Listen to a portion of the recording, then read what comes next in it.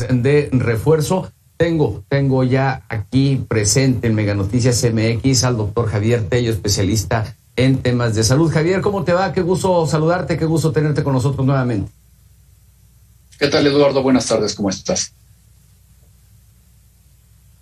Bien, gracias. Javier, bueno, pues la importancia que tiene la vacuna de refuerzo, pero antes de la importancia te quiero preguntar, ¿hay suficientes vacunas en nuestro país como para poder volver a empezar con el reforzamiento contra el COVID-19 de frente ante la variante Omicron? No en este momento. ¿Qué sabemos? Sabemos primero que nada los números extraoficiales. Los números extraoficiales que parten de una resta, de una sustracción de los números que han llegado y los números que se han aplicado, lo cual nos deja el famoso misterio de los 30 y tantos o 40 millones de dosis que no sabemos en dónde están y que hoy, en una nota publicada en Reforma, se confirma además que van a estar, por razones de seguridad nacional, no pueden ser rastreables para saber en dónde estamos. Bueno, eso lo sabemos. ¿Qué otra cosa sabemos? Sabemos que en una explicación que dieron hace un par de semanas, tanto Hugo López-Gatell como el general secretario de la Defensa, sabemos que existen 18 millones, de esas 30 y tantos o 40 y tantos millones, sabemos que hay 18 millones de dosis de Pfizer. Esto es muy importante, Eduardo, por lo siguiente.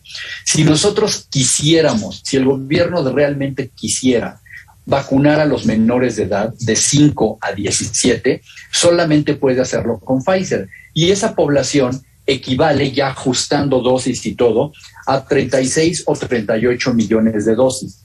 En México, de Pfizer, solamente tenemos 18 millones, es decir, nos faltan de Pfizer. Ahora, si esos 18 millones para adolescentes y niños, como debiera de ser, se los restamos a las otras marcas, no nos da. ¿Qué necesitamos? Tenemos que asumir que la misma población de las mismas vacunas para adultos que se han administrado deberían ser revacunados. ¿Por qué? Porque hasta este momento lo único que se ha recomendado es que se acelere la vacunación, que haya una cobertura mayor en todos los países y en donde sea posible los adultos se comiencen a revacunar. Y solamente para terminar mi punto, hay que recordar, Eduardo, que las primeras dosis se aplicaron en Navidad. Es decir, vamos a cumplir ya un año de que se aplicaron las primeras dosis en México y a partir de ese momento, bueno, pues van a empezar a contar ya gente que va a necesitar refuerzos. Los profesionales de la salud que estaban en primera línea ahí junto a los pacientes en las salas de terapia intensiva, etcétera, y los pacientes de más de 65 años. Caramba, vaya panorama que nos planteas y que nos dibujas, Javier. Y ante este panorama del que acabas de explicar y describirnos, ¿será que volveremos o tendremos que volver a empezar a vivir lo que vivimos en diciembre? ¿A qué te refieres? ¿A los cierres y al exceso de personas infectadas? A eso voy, al exceso de mortandad, al exceso de personas infectadas, al que ya no tienen, a final de cuentas, pues la protección que tenían al inicio, ¿no? de su vacunación hacia la primera y hacia la segunda dosis. Es decir, ¿volveremos a estar viviendo la pesadilla de muertes y contagios en México?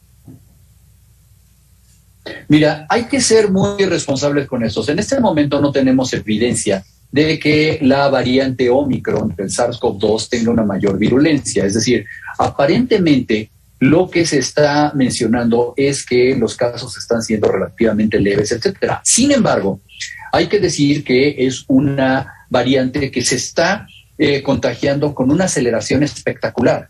Hoy en la mañana se estaban presentando gráficas comparativas de los otros brotes en los países del sur de África, concretamente los que se diagnostican en Sudáfrica, y es impresionante la velocidad con la que está sumándose la variante Omicron.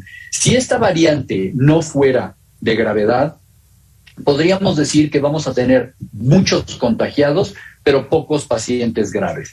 Sin embargo, todavía es muy pronto para verlo. Y lo mejor que podemos hacer es tomar medidas de contención, porque lo que no queremos volver a ver es el sistema colapsado. Sí, se colapsó, aunque nos digan que no, en enero, en diciembre del año pasado. Tú recuerdas las filas en los hospitales, la gente que estaba muriendo adentro de las salas de urgencias, porque, bueno, no querían que se murieran afuera, entonces los pasaban al hospital.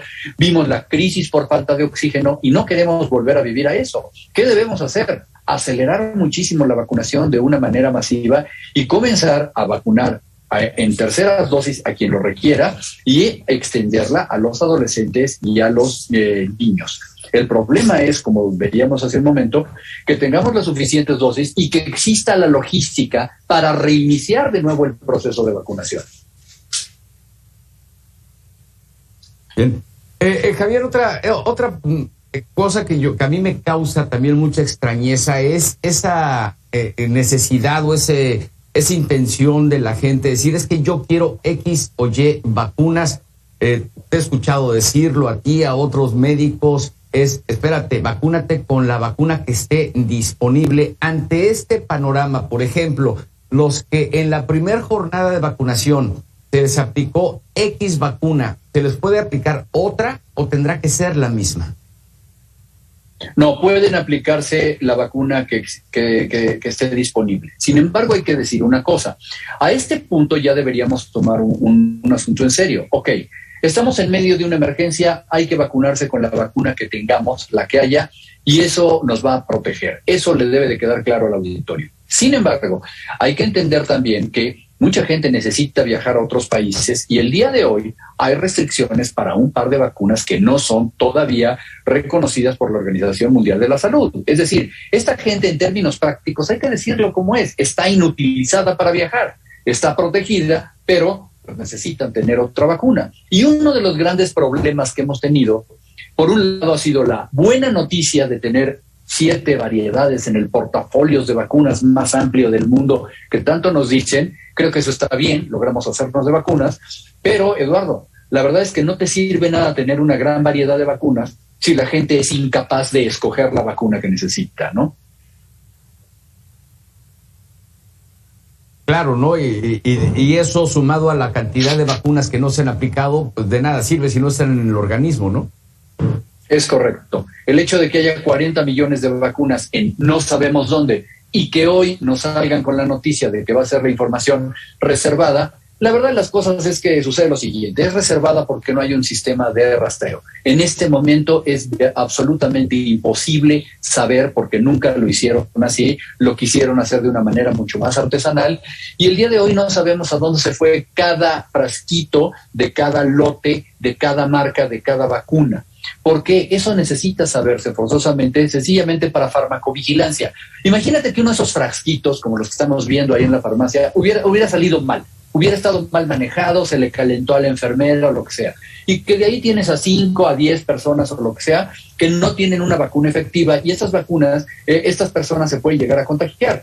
El día de hoy no podemos rastrearlo porque ese sistema no existe. Como ese sistema no existe y no quieren reconocer lo que hicieron, sellar la información para que nadie sepa nada y nadie pueda preguntarlo.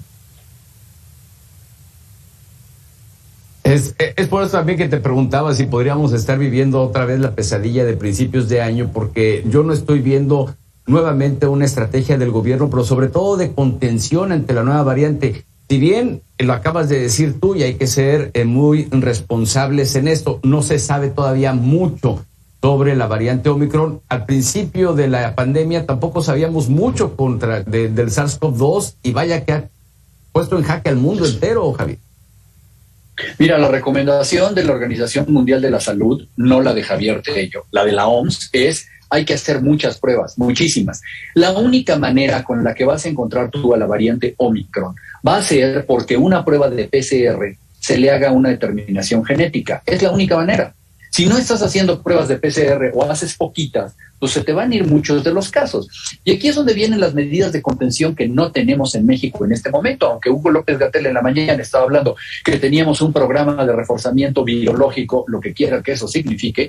La realidad es que hoy están llegando, en este momento, mientras tú y yo hablamos, están llegando visitantes del extranjero a nuestro país sin una sola prueba, no les estamos pidiendo vacunas. Yo quiero ver que mañana te quieras tú ir de viaje a algún país del mundo, te van a pedir que estés vacunado, te van a pedir que te hagas pruebas previas, te van a pedir que te hagas pruebas 48 horas después de haber llegado, y en algunos países como en Gran Bretaña o en Canadá te van a encerrar 10 días en cuarentena.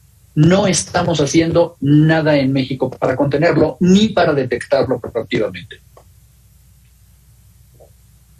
Lástima, se escudan en que son medidas restrictivas en lugar de verlo como medidas preventivas. Javier, te agradezco una vez más el que hayas estado con nosotros compartiendo este análisis. Te deseo una excelente tarde y muy buen fin de semana.